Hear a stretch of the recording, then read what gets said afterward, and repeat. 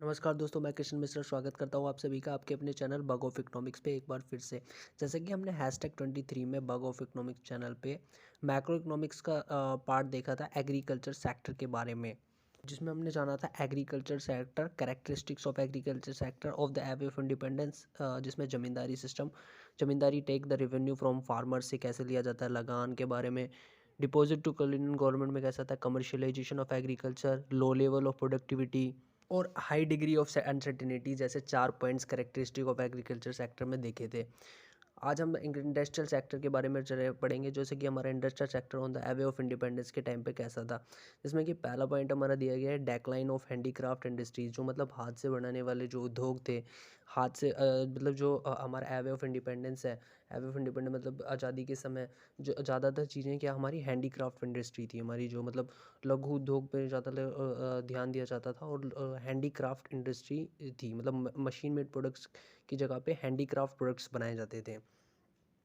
Discriminatory tariff policy क्या थी? The British Indian government followed free trade और unrestricted entry of British goods. मतलब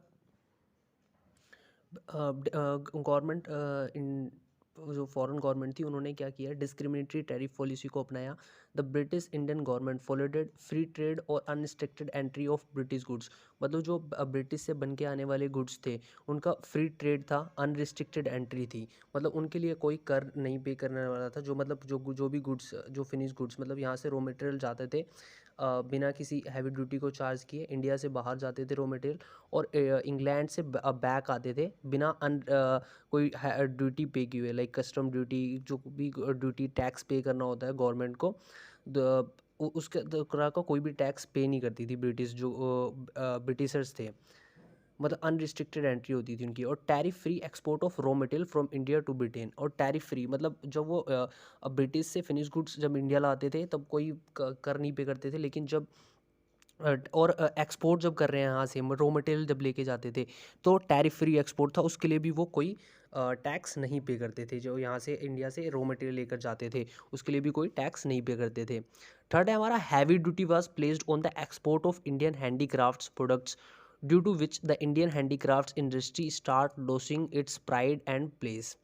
heavy duty place की जा रही थी on the export of Indian handicrafts की, इंडियन हैंडीक्राफ्ट। और लेकिन यहाँ पर क्या था, टैरिफ फ्री एक्सपोर्ट, एक्सपोर्ट तो फ्री था रॉ मटेरियल का। जब ब्रिटिशर्स जो थे, ब्रिटिशर्स जब अपने देश में उससे फिनिश गुड्स बनाने के लिए जब रॉ मटेरियल इंडिया से लेके जाते थे तब तो वो फ्री में लेके जाते थे। लेकिन जब इंडियन हैंडीक्राफ्ट्स, जब मतलब इंडिया के जो लोग हैं, जो छोटे लोग थे जो अपने हैंडीक्राफ्ट प्रोडक्ट्स जो बनाते थे हाथों से, और उनको जब वो बेचते थे ब्रिटिशर्स के लोगों को, तो उनसे हैवी ड्यूटी चार्ज की जाती थी।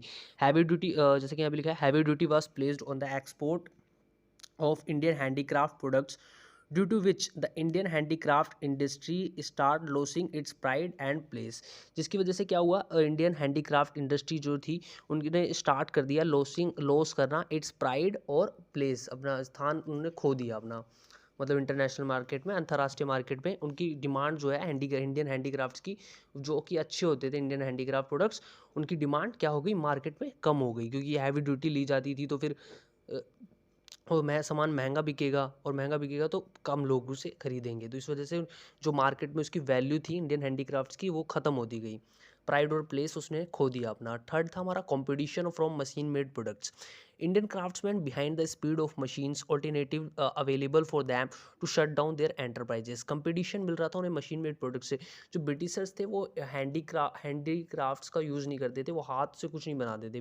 जो ब्रिटिशर्स थे फिनिश गुड्स को जब तैयार करवाते थे तो वो हाथ से नहीं बनाते थे, जबकि उनके द्वारा जो मशीनों से वो तैयार करवाते थे, जो गुड्स हैं फिनिश गुड्स, रॉ मटेरियल यहाँ से इंडिया से लेके जाते थे, और जो फिनिश गुड्स जो प्रिपेयर करते थे वो मशीनों से बट करते थे। तो जो इंडियन हैंडीक्राफ्ट के जो इंडियन हैंडीक्राफ्ट्स हैं, जो हाथों से बनाने वाले जो हमारे शिल्पकार थे, उनको कंपटीशन मिला मशीन मेड प्रोडक्ट से।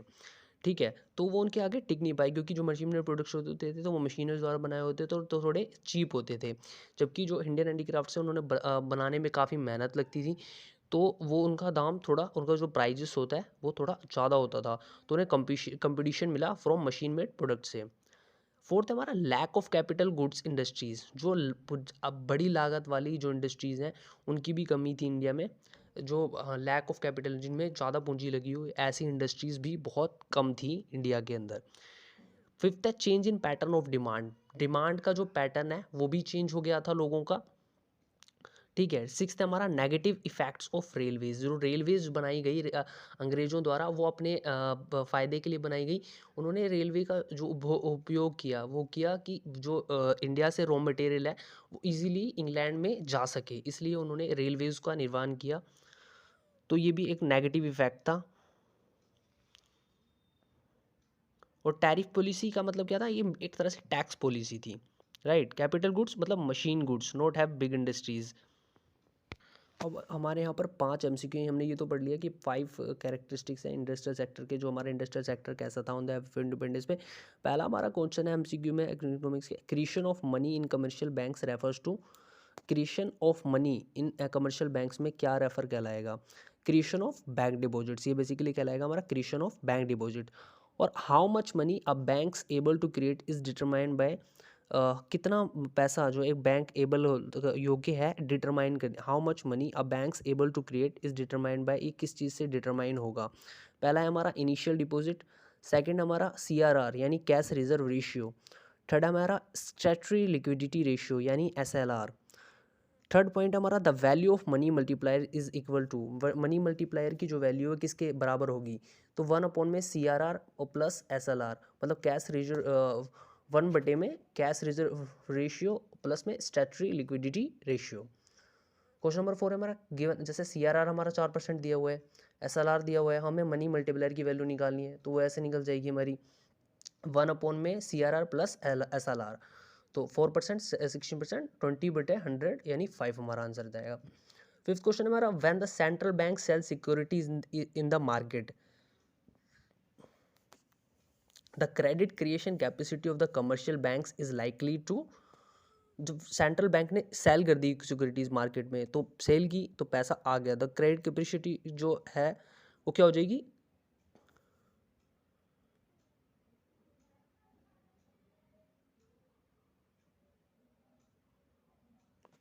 फॉल हो जाएगी, क्योंकि कमर्शियल बैंक्स ने भी उनसे सिक्योरिटी परचेज की, तो जो कमर्शियल बैंक क्या है उनकी जो कैपिटलाइजेशन कैपेसिटी है फॉल हो जाएगी। तो आज की वीडियो में बेसिकली हमने industrial sector on the way of independence के बारे में देखा, 5 MCQs देखे। नेक्स्ट वीडियोज़ में हम ऐसे ही इकोनॉमिक्स की एक नई वीडियो पढ़ेंगे, ठीक है। तो ऐसे ही देखते रहिए हमारी वीडियोज़ को, लाइक शेयर एंड सब्सक्राइब मत भूलिएगा। Thanks for watching, have a good day.